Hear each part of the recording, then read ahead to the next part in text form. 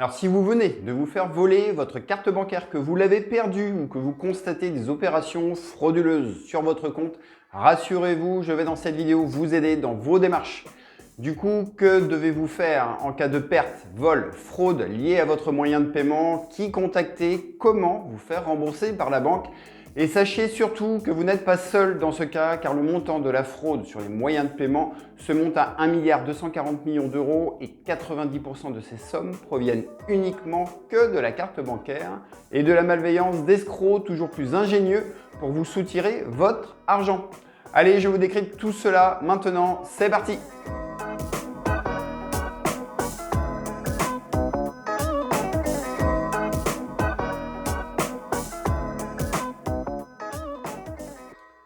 Bonjour, c'est Guillaume de Pricebank. Vous êtes nombreux à m'avoir demandé cette vidéo et il faut dire que chaque année, ce sont en France plus d'une carte bancaire sur 10 qui est mise en opposition. Et au final, quel que soit le motif, l'important c'est d'agir vite et bien. Du coup, dans la description de cette vidéo, vous trouverez des liens utiles pour déclarer un débit frauduleux et vous faire rembourser ensuite par la banque. Pensez également à vous abonner dès maintenant à notre chaîne et à liker cette vidéo. Voici le sommaire du jour. Et sachez qu'en commentaire, j'attends également vos questions afin de pouvoir vous aider et que ça vous profite un maximum. Alors pour commencer, voyons ce que vous devez savoir en cas de perte de votre carte. Alors ici, si vous ne retrouvez plus votre carte bancaire, la première chose à faire est dans un premier temps, avant de faire opposition trop vite, de la verrouiller de façon temporaire. Alors même si ce verrouillage ne bloque pas totalement l'utilisation de votre carte, comme dans certains parkings ou péages, il limitera surtout tous les paiements abusifs et si ensuite vous la retrouvez, vous pourrez déverrouiller votre carte bancaire en quelques clics et la réutiliser immédiatement. Vous éviterez ainsi toutes les contraintes liées à la mise en opposition. La plupart des banques proposent désormais ce service de verrouillage qui se réalise en quelques clics depuis votre espace client ou votre appli bancaire. Alors ici ensuite, après réflexion, vous ne retrouvez vraiment pas votre carte bancaire, vous devrez effectivement la mettre en opposition et cette opération sera par contre irréversible. Votre carte ne pourra ainsi plus du tout fonctionner et entraînera la refabrication automatique d'une nouvelle CB qui vous sera adressée sous 5 jours ouvrés en moyenne. Donc voilà au final tout ce que vous devez retenir en cas de perte de votre carte. Alors que faire maintenant si vous vous la faites voler ? Eh bien, que vous soyez en France ou à l'étranger, vous devez ici faire immédiatement opposition sur votre carte afin d'éviter toute utilisation frauduleuse. Le plus urgent est donc de contacter sans tarder votre banque. Le plus simple de nos jours est de le faire via leur appli dédié ou via le numéro d'opposition qui figure sur leur site internet. Il est également possible de contacter le serveur interbancaire payant qui s'affiche ici à l'écran. Et certaines banques vous demanderont ensuite de confirmer sans délai cette opposition par courrier et il sera peut-être nécessaire, même si ce n'est pas une obligation, de porter plainte auprès des services de police et de signaler ainsi toutes les opérations débitrices frauduleuses. D'ailleurs, afin de formaliser les opérations contestées et surtout vous faire rembourser, la plupart des banques vous délivreront un kit de réclamation à compléter avec attention pour un remboursement dans les meilleurs délais. Voilà donc tous les réflexes à avoir en cas de vol de votre moyen de paiement. Alors voyons maintenant ce que vous devez savoir si vous êtes toujours en possession de votre carte, mais que des paiements suspects apparaissent sur votre compte. Dans ce cas précis, vous êtes victime d'une fraude à la carte bancaire sans l'avoir perdue ou se l'être fait voler physiquement. Cela signifie qu'un escroc a réussi à utiliser les données de votre carte bancaire. Dans ce cas, prévenez pour commencer la banque afin que la carte soit mise en opposition et pour déclarer ensuite avec elle les opérations suspectes. Pour signaler une fraude à la carte bancaire, utilisez le service en ligne gratuit baptisé Perceval, accessible depuis France Connect. Et si ce service ne vous dispense pas de porter plainte, il permettra de télécharger un récépissé utile à la banque pour finaliser votre demande de remboursement. Ce site est également très utile car si plusieurs personnes déposent une plainte contre une même société, cela va aider les autorités à identifier les malfaiteurs. Je souhaite quand même apporter ici une petite précision avant que vous fassiez opposition à la banque. Car si dans un premier temps, un paiement par carte bancaire ne vous dit rien et vous semble frauduleux, renseignez-vous quand même sur le nom du commerçant qui apparaît sur votre relevé de compte.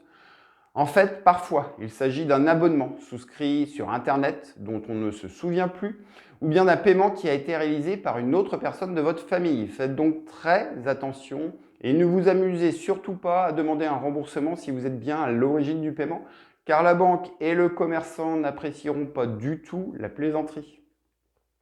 Sachez pour conclure que vous avez jusqu'à 13 mois pour signaler un débit frauduleux et demander son remboursement, mais il sera toujours mieux de contrôler ses comptes régulièrement et de signaler toute anomalie le plus rapidement possible.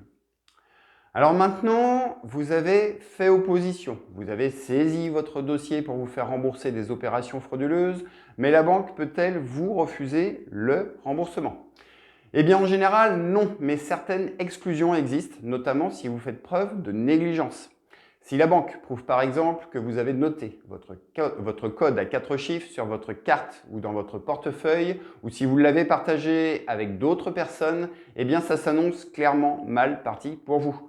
Par contre, rassurez-vous, dans la très grande majorité des cas, retenez que les sommes prélevées de façon frauduleuse après la mise en opposition de votre carte seront remboursées par votre banque, tout comme les frais bancaires et agios qui pourraient résulter de cette situation. Ensuite, pour les opérations frauduleuses, réalisées cette fois-ci avec votre code secret, une franchise de 50 € s'appliquera au remboursement effectué par la banque, sauf pour les paiements effectués sans contact, car ces derniers n'ont pas été validés par nature avec votre code confidentiel et que vous n'y êtes donc pour rien. Alors vous êtes également nombreux à vous demander si ces remboursements sont conditionnés à la souscription obligatoire d'une assurance auprès de la banque. Eh bien non, l'assurance perte, vol des moyens de paiement facturés en moyenne 30 € par an n'est pas nécessaire pour bénéficier du remboursement. En revanche, cette garantie peut présenter deux autres avantages. Certaines couvrent ainsi la franchise de 50 € expliquée précédemment et peuvent inclure également les frais de renouvellement de vos papiers volés ou perdus, le remplacement de vos clés ou bien même de votre maroquinerie.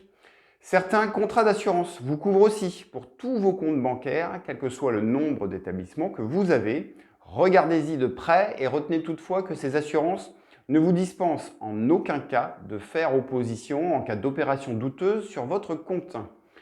La souscription à cette assurance permet également de bénéficier de la refabrication gratuite de votre carte bancaire.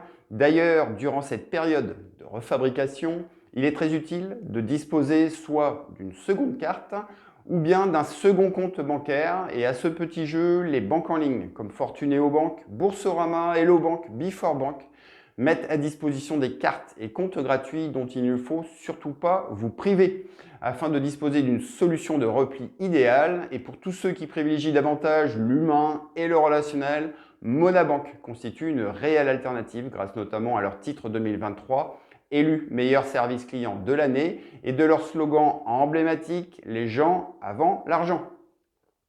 Retrouvez tous nos liens d'accès et d'ouverture de compte à ces établissements dans le descriptif, bien sûr, de cette vidéo. Alors revenons à présent aux fraudes bancaires et aux escrocs qui développent sans cesse de nouveaux procédés de piratage afin de récupérer votre numéro de carte. La plus courante est celle du phishing, qui consiste à envoyer un mail ou même maintenant de plus en plus de SMS usurpant l'identité d'une entreprise ou administration publique connue. Leur objectif reste toujours le même, vous inciter à communiquer vos informations personnelles. Alors heureusement, il faut toutefois reconnaître que la directive DSP2, adoptée par l'Union européenne, a considérablement renforcé la sécurité des opérations bancaires en ligne en adoptant un système d'authentification forte aux accès des comptes bancaires ainsi qu'aux paiements en ligne. Cette directive impose aux banques et commerçants des contraintes techniques plus strictes et pour renforcer la sécurité de vos transactions sensibles, votre banque vérifiera notamment votre identité via une redirection vers leur application mobile.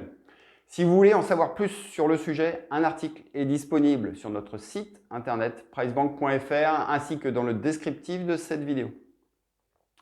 Alors en synthèse, si je ne vais pas vous énumérer les différentes techniques de fraude bancaire, il est en revanche primordial et bien plus efficace de suivre nos 4 règles d'or afin de vous éviter une bonne fois pour toutes une escroquerie bancaire.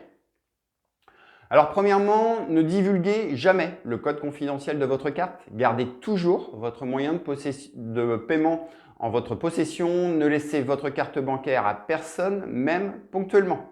Ensuite, consultez régulièrement vos comptes afin de pouvoir réagir rapidement en cas de problème. Et si vous constatez un débit suspect et avéré, faites opposition à votre carte et la banque a l'obligation de vous rembourser sans tarder ces achats frauduleux.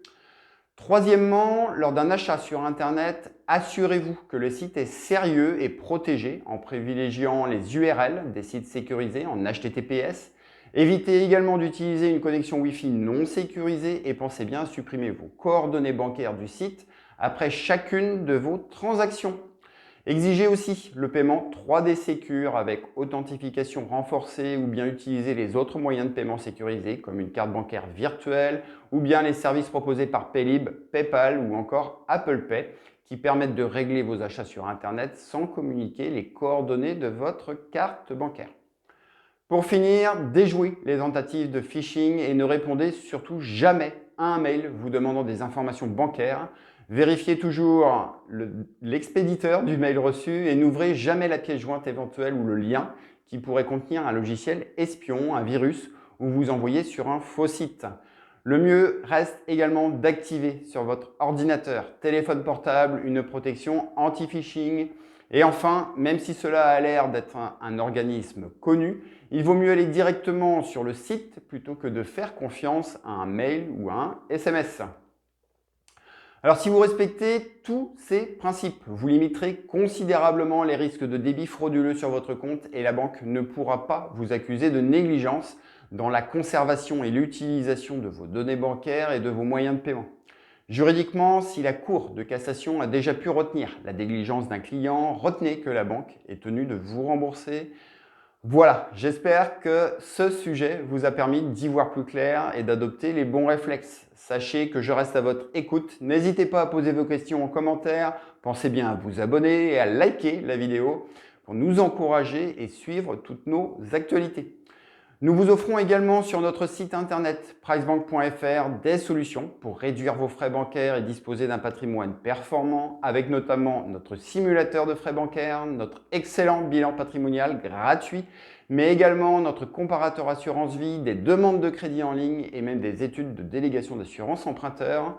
Nous sommes également disponibles par chat tous les vendredis sur notre site pricebank.fr pour répondre en direct à toutes vos questions. Reste à vous souhaiter à tous une très bonne journée. Je vous dis désormais à la semaine prochaine et rappelez-vous qu'avec PriceBank, faites les bons choix pour votre argent, pour des finances qui vous ressemblent, comprises et assumées. Allez, ciao les amis!